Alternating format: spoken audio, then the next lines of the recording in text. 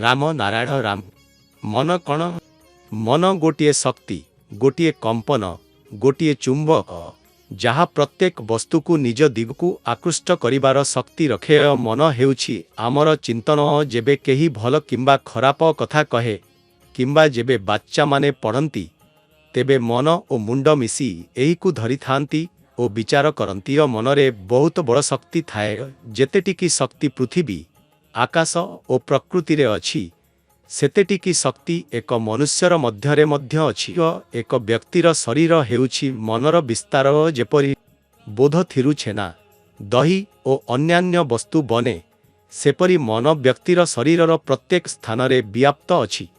जेबे गोटिए मनुष्य एक चाषबाड़ी बीजकु माटी मध्यरे बोई थाए से एक गछ हुए एवं ताहाठारु अनेक गछ ओ फल उत्पन्न हुए। चिंता करंतु एक छोट बीजरू किपरि एते बड़ विस्तार संभव।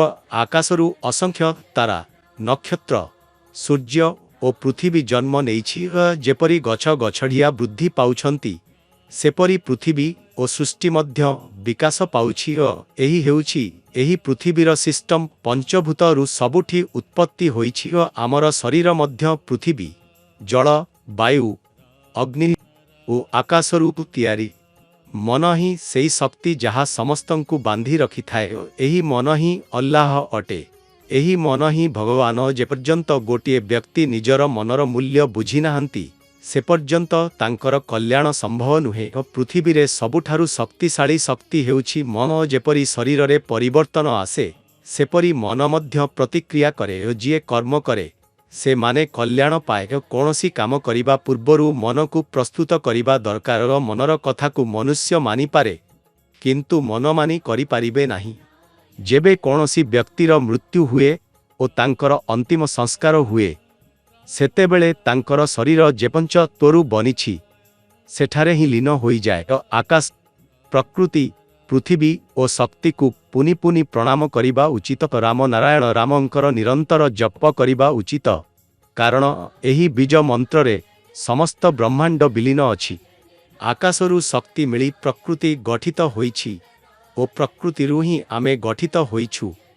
आमे सेउथिरे जडित। आकाशरे नक्षत्र ओ तारा तैयारी होइछि। सूर्य ठारू अधिक बड़ नक्षत्र मध्य आकाशरे विद्यमान। सृष्टि जेबे आरंभ हेला से एक अणु भली छोट थिला और धीरे धीरे एहिर विस्तार हेला ओ एहा विशाल होईगला। आजी एही पृथ्वी रे प्राय 800 कोटी लोक अछंती। सेमानंकर प्रत्येक शरीर राम नारायण रामरू तैयारी जेउथिरे पंचभूत समान्वित।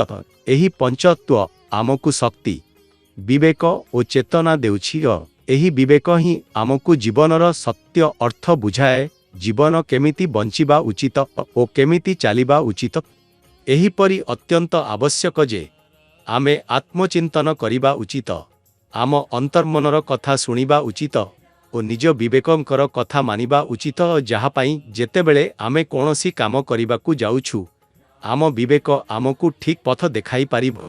सेही सहित राम नारायण रामंक जप जारी रखंतु कारण एही एक पवित्र नाम जहा आपणक जीवन को मुक्ति दिए।